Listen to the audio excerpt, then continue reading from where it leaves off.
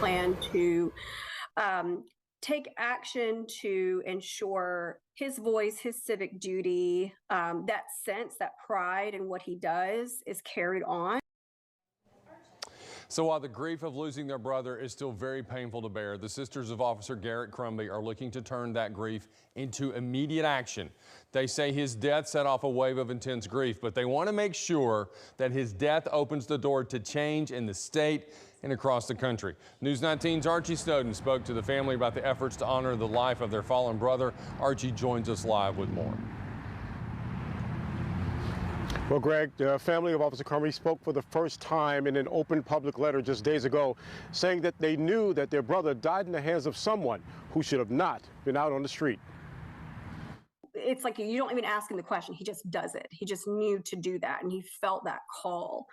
And it was just part of his personality. I mean, Casey Crumby talks about how she knew that her brother, Officer Garrett Crumby, was destined for public service. You couldn't separate that from him. It just is who he was. The sisters and the family of Officer Crumby say that his death has been tough to overcome, but they want to make sure that his death opens the door to get repeated violent offenders off the street. On March 28th, Crumby was shot and killed in the line of duty in Huntsville after responding to a call of shots fired. In this case, what we know about what's happened, the person that did this to our brother was already harming someone else in the community, not in blue, and it wasn't the first time. Juan Robert Laws has been charged with his murder.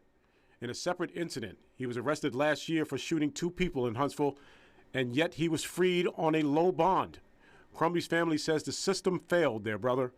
The family has created a platform to bring attention to how the system in the state of Alabama allows the release of violent offenders.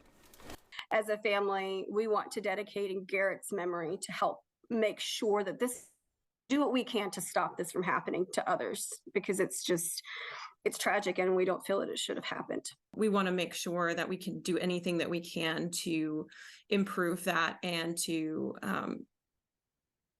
make everybody feel safer again, because I think it's been a rising issue for the past several years.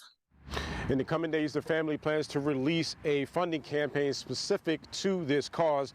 They says they will release those details to News 19 when those plans are completed. For now, we're live in Huntsville. Archie Snowden, News 19.